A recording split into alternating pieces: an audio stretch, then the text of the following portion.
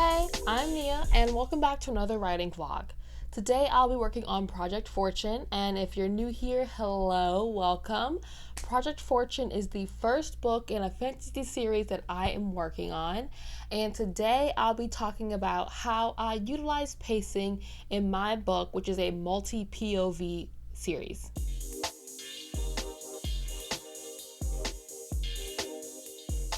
Pacing is how fast your story happens, the ebbs and flows of the momentum of your story. Most stories have a mix of slower and faster paced moments, and the type of story you're telling and the genre that it's in will usually dictate your pacing framework. The elements of pacing are plot, genre, and structure, and they can be modified to vary the pacing of your story.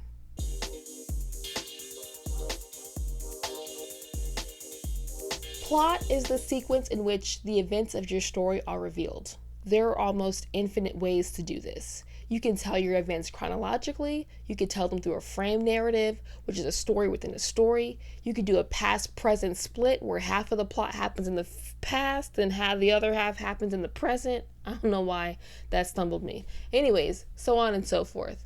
How you use these narrative devices creates tension and plot twists. Due to the scope of Project Fortune's narrative events, I chose for them to unfold chronologically, alternating between POVs, so there are moments when character A knows something that character B does not, and vice versa, or the reader gets information from character A and some from character B and is able to piece important things together, but the characters are not. Genre can also dictate how the pacing might happen. Thrillers usually have a faster pacing due to the action and suspense. Romance usually has a slow build to establish that yearning in the characters. Science fiction and fantasy tend to be more of a mix, with slower paced world building moments and faster paced action sequences, and so on and so forth. Whichever genre your story is set will have guidelines for the general pacing, but you can do whatever you like. There are no strict rules to writing. Project Fortune is a fantasy, so there is a mix of slower and faster paced moments. Something I'm able to do with the dual POV is complement the pacing happening with the characters. There are moments when character A is in a faster action-packed scene, while character B is having slower paced dialogue-heavy scenes. Then I'll swap it, and I'm very intentional about the moments when the characters are at the same pacing speed.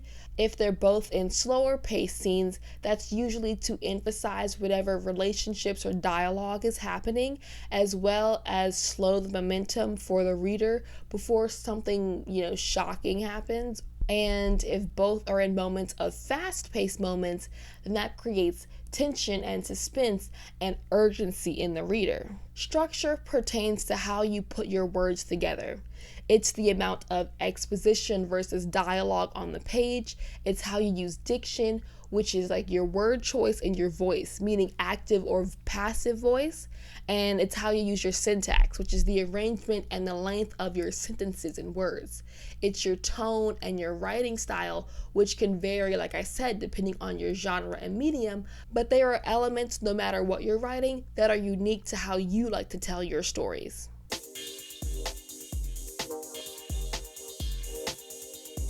Varied pacing is the techniques used to accomplish the pacing goals in your story. There are a bunch, and I'm going to go over a few, some of which I've already mentioned. Number 1, vary your structure to change pacing and emphasize important moments. Vary your action. Even thrillers have slow moments, and romances have fast-paced moments. No matter what you're writing, if everything stays at the same level of intensity, then you will bore your readers and they'll lose their engagement. Vary your sentence length. The rule of thumb is that generally slower paced moments have more compound and complex sentences compared to faster moments, which tends to have more simple sentences and plain language. Again, not a strict rule, but if you hammer down an action scene with a bunch of long-winded sentences and purple prose, say that 5 times fast, you'll lose the momentum and suspense that the action is trying to accomplish. Vary your visual elements. Put more white space on your page. Put more space between your sentences. Play with the layout of the text. These are techniques that are meant to be used sparingly and for maximum effect. I'm talking about those moments in the books where there's one word on the page, the chapter is one sentence, or each line is a new text. Each line of text is on a new paragraph, a new line, whatever. These are visual techniques that force the reader to slow down without necessarily having to use more text. Number 2, vary the narrative devices you use to reveal your story. Some examples are starting in the middle of something or a media res. This hooks your reader by forcing them into the action immediately and gaining their interest. I start most of my chapters with the character in the middle of something. He's trudging through the woods to meet someone. She's in the middle of getting beat up in training. This other girl is eavesdropping on, a meeting, something like that. This allows you to keep your reader's interest with the action while weaving in backstory to catch them up on what's happening and foreshadowing a little bit what's going to be happening next. I just said the word happening way too many times. Use cliffhangers. Cliffhangers are not just for the end of a book. I end almost all of my chapters in a cliffhanger of some kind. Doing this piques the reader's interest for what's going to happen next, so they keep reading. How many times have you stayed up in the middle of the night because you could not put down a book? Know when to show, know when to tell, and know when to cut ahead. Important moments and character development need to be shown to the reader. You can't just tell them that's what it is or that's what's happened. Showing is what emotionally invests the reader in your characters and in your story. How many stories have you read where the author just is like, oh yeah, this character, she's really smart, she's really kind, she's really whatever, or he's really good at this, or he's really whatever it is, but you never see examples of that in the story. It's just repeatedly told to you time and time again. And then even in a lot of instances, the actions in the story will contradict what that thing you're being told of, like, oh yeah, she's really kind, she's really smart, but then they are constantly doing stupid things and they're not being nice to people. Show. Know when to show, know when to tell, know when to cut. Not every moment needs to be shown to the reader in a scene. Some things can happen in a montage or a summary. Additionally, you can skip ahead to the next important moment. The reader doesn't need a summary of everything that has happened between the last scene and the new one to bridge the gap. Like in movies just cut to the next moment. You'll see that a lot in books by it's indicated by double spacing between paragraphs, or sometimes they'll put a little symbol of some kind. That space indicates a passage of time. Also, don't tell the reader what's going to happen and then show it, or show the reader something and then tell it to them again. Pick one method.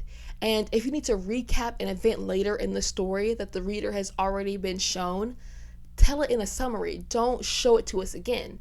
And the opposite is true as well. If an event that was told to us earlier if an event that was only told to the reader previously is being referenced again later on, it needs to be shown to the reader, either at that moment earlier in the story or where it's being mentioned again. That might indicate that it needs to be a moment that needs to be shown and not just told.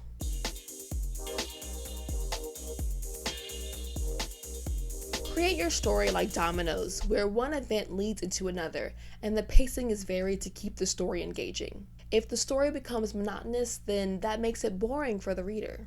Also makes it boring to write as the writer. Implement varied pacing by changing up the structure of your story and utilize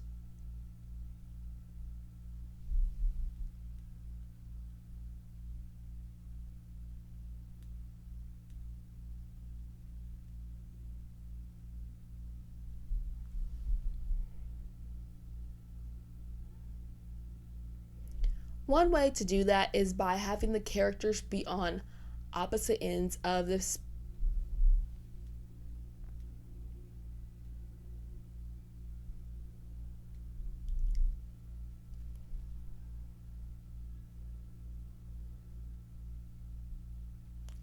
One way I do that is by having my characters be on opposite ends of the pacing spectrum, as well as being intentional with the moments where their pacing aligns. Show important moments and character development. Use montage and summary to tell relevant but less important information, and skip ahead when necessary. Comment below which tips you found most helpful. If there's something that you want me to explain more. If you like this series, you can check out my other writing vlogs, and I also make bullet journal videos and reading journal videos.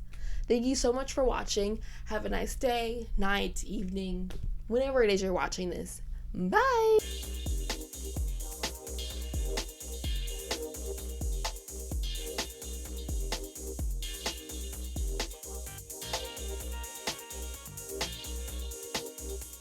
Do you like my new chair? I got a new chair. You like my chair? It's a crisscross chair. And it's not as low as my red one, which made me feel like I was sitting on the floor sometimes. It's comfortable. I still have it. I just moved it somewhere else. I updated my reading nook. Look at all my books. I took all the book sleeves off and I organized them by color. This makes my eyes so happy to see this. That's what I spent all of this morning doing. And then I put my chair together and I put in my little reading nook and I got a little reading lamp.